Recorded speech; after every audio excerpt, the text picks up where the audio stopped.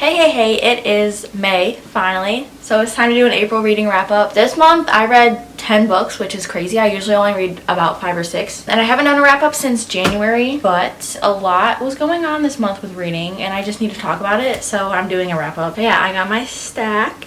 And I'm just gonna get right into it because I don't know how long I'm gonna be talking about these books. And I might have a lot to say, I might not have anything to say at all. I do want to say I had some 5-star reads, I had some 1-star reads, I had romance, just contemporary fiction, mystery, fantasy, I had a poetry book, so a lot of mix in here. Starting off, the first book I read was The American Roommate Experiment, and if you don't know, this is technically like the second book to The Spanish Love Deception. You can read this as a standalone, but I think you should read The Spanish Love Deception first because there's reappearances in those main characters. And it's really nice to know them before you read this one because it makes it even better. I gave this book a 5 stars. This is my favorite read of the month. I was obsessed with this. I couldn't stop thinking about it for like a long time after I finished. So basically, this main character is Rosie. She was Lena's best friend in The Spanish Love Deception, but this is Rosie's book now, and we get Lucas, who is the male main character, and he is Lena's cousin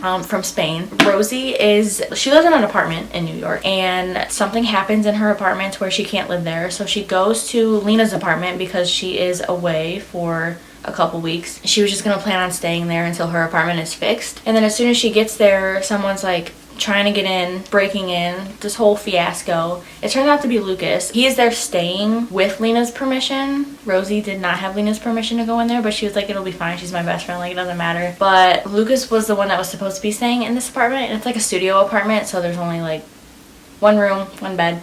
But yeah, so they end up staying in this apartment together. They become roommates for the temporary time being. It's a extreme slow burn. If you love slow burns, I do, which is why I like this book so much. It was so good. I love this book. It's crazy. I didn't really like The Spanish Love Deception. I think I gave that one like a 3 stars. It was okay. I wasn't obsessed with it. But this one, you have to read this one. So there's that. The next book I read was Little Fires Everywhere. This one is different from what I usually read, so I was nervous going into this, but it turned out to be a very good book. I rated this 4 stars. The storyline was very ironic, but you have to read that to figure that out. A lot of pain in here, a lot of emotions. Very hard to read at some points, but that's a good thing. And I did have to push through this a little bit just because there was so much story. It's kind of back and forth. It's worth it in the end. Like once you get to the end, you figure out why everything is happening, why everything happened.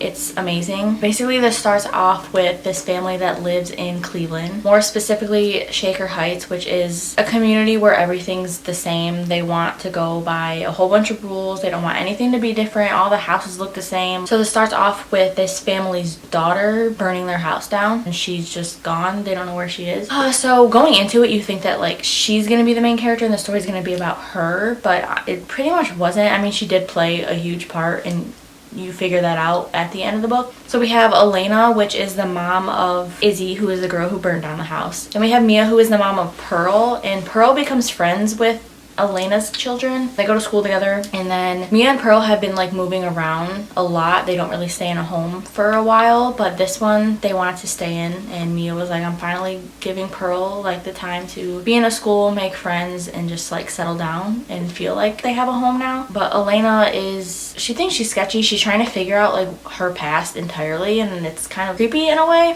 It's like, why do you want to know so much about this girl? But I think just because Mia is so different from what Elena is used to, and the whole city being like so conformed to being the same, Mia does not fit that. So Elena's pretty much going this whole book like trying to figure out who Mia is, what her past was like. It's a very good book. I definitely suggest that you read this one too. And next, this book I did a video on already. I did my highest and lowest rated books on Goodreads, and this is my lowest rated one. It's A Wicked Magic by Sasha Lawrence. I've talked about this, but I will talk about it again just for this video. I did give this a 1 star. I did not like it at all. It lacked a lot of what it was supposed to be, I feel like. This is a YA fantasy slash thriller. It starts off with 2 best friends. One of their boyfriends goes missing because they casted a spell and kind of it was like kind of their fault that he went missing. They don't know where he is, so they're like trying to find him, but years pass and the friends separate, and then the one friend comes back and was like, I saw him, like we have to help him get out of wherever he is stuck in. You go into this book thinking it's going to be a lot about magic and spells and witches and stuff, but it's really not. It's kind of just about like teenage drama and a really toxic friendship between these two girls, and then this other girl that is a part of their group. She's friends with the one main character but not the other one. But yeah, so they're trying to figure out what happened to this boy, and they find out things along the way, but it's never really like touched on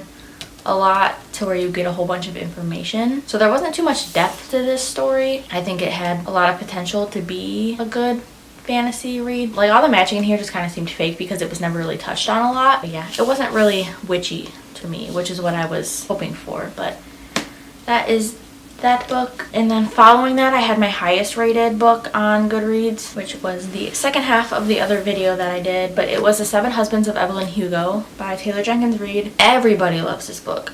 I swear, everything I see, everybody's like obsessing over this book. I personally didn't get the hype. I gave it a 3.5 stars. I really do love her writing. I enjoyed the story, but it wasn't something that blew my mind or that I was obsessed with, so I didn't really get the hype over it. This book is about Evelyn Hugo, who was a very famous actor. Basically, it takes you through the story of her life and all the things that happened, everything that happened with her husbands and how she had 7 of them and their stories with them. She's not one to talk about her life, but she finds a reporter named Monique, and she's basically begging for this reporter to do an interview with her and to just meet up with her and do an interview.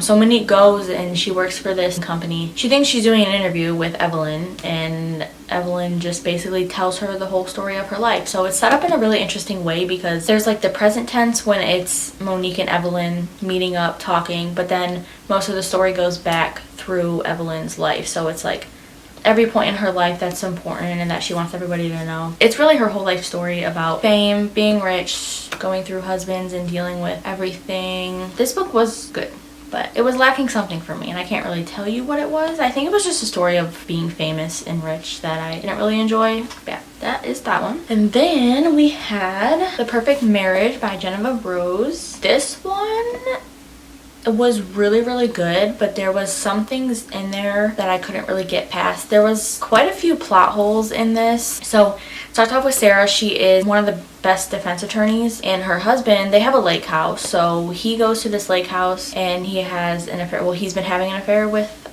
this one girl that lives by the lake house, and Sarah's so caught up in her work, so she never really goes with him, so he's always alone and then meeting up with this other girl. This other girl ends up being murdered, and he's literally like in bed with her when she was murdered, so everybody assumes that he was the one that did it. So he's going through all this court stuff, all these trials. He's trying to get out of this. So Sarah, being a defense attorney, is working on his case, which that's the unrealistic part. I'm pretty sure it's illegal to have like someone you're related to be your lawyers. That was one of the things that just kind of threw me off right away. Yeah, so it's just them working on this case together, but it's hard obviously because she finds out that he cheated on her and she's trying to protect him from being accused of murder. So it's very crazy.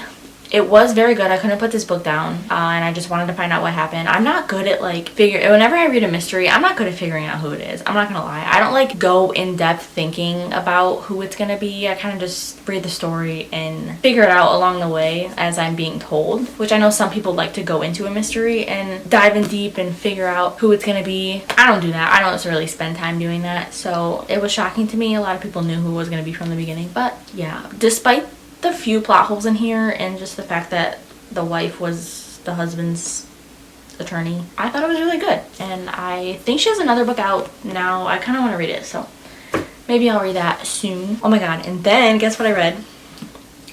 Things We Hide from the Light. I was pushing this off because I was so scared that I wasn't gonna love this as much as the first one, which I didn't, but I still am just obsessed with it because I can't believe I get this way about a book. I love this series, and I'm so excited for the 3rd book to come out in September. I'm sure everybody pretty much knows what this is about now, but this is the 2nd book in the Knock 'Em Out series. It comes after Things We Never Got Over, and this follows Nash and Lena. I was like, her name is Lena too. But yes, this follows Nash and Lena. So something happened in the first book that is kind of, I guess, a secondary storyline in this one, but it's just Nash and Lena's story.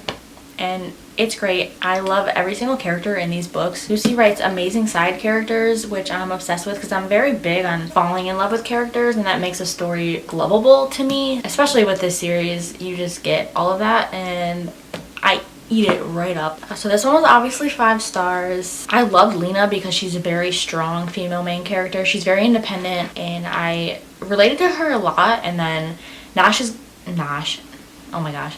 Nash is going through a hard time with what happened in the first book. So he is dealing with not being open with anybody, and him and his brother are the same. If you read the first book, you know that Knox was not open to telling people about his feelings or what is going on with him. Nash is the same way. They're brothers, you know. He's a very closed book, but he needs to tell someone what's going on with him in order to help himself. He finds Lena, they have an instant connection, and then they're just kind of like trying to work on themselves, and they find that they can work on themselves with each other. Obviously there's a lot of troubles along the way with the two of them, but they're good for each other, and I literally cannot wait for the 3rd book. I'm so excited. So that is Things We Hide from the Light. Immediately after I finished that book, I started this poetry book that I saw one of the poems on TikTok and I related to it a lot, so I really wanted the book. And I thought most of the other poems were going to be similar to the one that I saw. They're honestly not at all, because the one I saw was a lot about anxiety. A lot of these are about love, which is fine, but I kind of wanted more poems about anxiety. But a lot of them are just about love and heartbreak and stuff. So this is Changing with the Tides by Shelby Lee. I mean, I have quite a bit of tabs in here with poems that I did like. I'm not too big on poetry books. I never really picked them up. I think I own 2. There's one I haven't read, and then there's one from this girl that I followed on Instagram, and I loved everything she wrote. So I have her poetry book, and I love it. So this is only my 3rd poetry book that I have ever purchased. This has a lot of poems relating to water. I don't know what the correct like terminology would be for that. I know it's in there somewhere, but it's just not helping me out. But there's a lot of poems about water. Obviously not like straight up about water, but about like love and its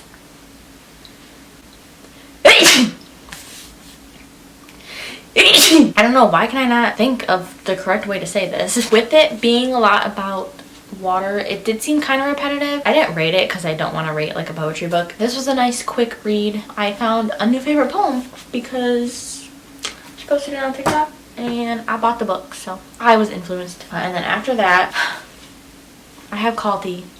If you like this book, you might hate me. I'm sorry, but I hated this. I literally hated this so much. This is my other 1-star read of the month. Oh my god, I don't even want to talk about this. I think it was one of her first books that she wrote. I have The Wall of Winnipeg in me, and I have read From Lukov with Love, which I love that book. I gave that one a 4 stars. I read it earlier this year. Then I have The Wall of Winnipeg in me. I plan on reading that one soon, but a lot of people were saying that those two were way better than this one, so I'm glad that The Wall of Winnipeg and Me is probably going to be a good book like From Lukov with Love. This book is rated like a 4 point something on Goodreads. It's pretty high. Personally, I'm sorry, I don't know how, but I don't know, guys. Okay, the only character that I think maybe I liked was the dad, and that's it. I think that's the only thing I liked about this book. Okay, so this is a sports romance, soccer specifically. We have the main character, Sal. She was obsessed with this soccer player growing up. Had his posters on her wall and everything, so she was quite the bit of a fangirl of him. His name is Rainer Kulti, hence the title, but he ends up being her coach. So she's like freaking out, like, oh my god, this guy's my coach, like I'm gonna meet him and all this stuff, blah blah blah. And he gets there and he's a complete jerk, doesn't say a word to literally anybody. He doesn't even coach because he's just standing there not saying anything. They start to like slowly hang out. To the point where that even started happening, I just hated both of them and I didn't even care that they were together anymore. I don't think I've ever read a romance where I was not rooting for them to be together, because I just didn't like them and I didn't want them to end up together because they're both just frustrating. Even Kulti, he, like, I didn't even get to the end of the book and was like, oh, like, that's why he was never talking, or I didn't like him at all, literally at all. And I think he was rude for no reason. I think he had no good qualities about him. I really didn't. And at that point, like, Sal was annoying me too. There was a lot of editing errors in this, which that bothered me the most. There was one, if you read this book, there was one word in here that kept getting repeated. I swear, I don't know how many times I like rolled my eyes every time I read that, because this girl she's 27 years old, and I don't even want to talk about it. I don't. But she's literally a full-grown adult, and she's acting like, I don't know. I just can't do it. And the fact that she literally, the nicknames in this book were so cringy. She's calling him German chocolate cake, bratwurst, sauerkraut, pretzel face. He's calling her taco. Mind you, he's 40. This is an age gap too. I don't know. I did not like this. I don't want to talk about it anymore. So we're moving on to my last two. Then I moved on to If He Had Been With Me by Laura Nolan. This is a YA. It is sad. I really like this. I gave it a 4.5 stars. It just didn't give me that like feeling that I'm gonna finish it and I'm gonna think about it for a while. But it was really, really, really good. Usually now at this point, if I read a YA, I don't really tend to like it or think that it's really good. I think just because it is a YA and it's back in high school, and like being in your 20s, that is just kind of not hard to read about, but it's just like something that you don't really want to read about anymore. But this was really well written. Definitely hits you in the heart because this is, it's a love story. So it follows these two kids, Autumn and Finn, who grew up together. They were neighbors the whole time. Both of their moms are best friends, so they become close, literally inseparable as kids. And then once they get older and it's like late middle school and high school, they don't really talk to each other anymore. They still see each other because they're still neighbors, and they have those moments like outside of school when they just go to each other's houses for something, and you can still tell that like the friendship and the connection is still there, but they just kind of pretend like it's not because they've just grown apart a little bit. Obviously, like, that's sad because you know they're such good friends and such good people for each other, but they're just teenagers and they think that they need to be apart because they're in like separate friend groups in high school. They both are dating separate people, but they still feel this like super strong connection with each other that they never admitted to. I think like these characters, for being in high school, they were really amazing characters, Autumn and Finn. And you get the other characters in their friend groups in here, more specifically Autumn's, and like that was nice to read about. Just having, you know, a friend group in high school was really sweet. Autumn and Finn are basically fighting off the urge of being together because they don't know that the other person is feeling that way and they never admit it. So this basically just tells you, like, you know, if you're feeling something, like, you gotta go for it because things might happen, and it's just devastating. I'm sad thinking about this. I didn't cry, which is surprising because I cry easily. My camera just stopped recording, but I think that I was just saying that I recommend this book and that you should read it. So, and then the last book that I read for April was Twisted Love.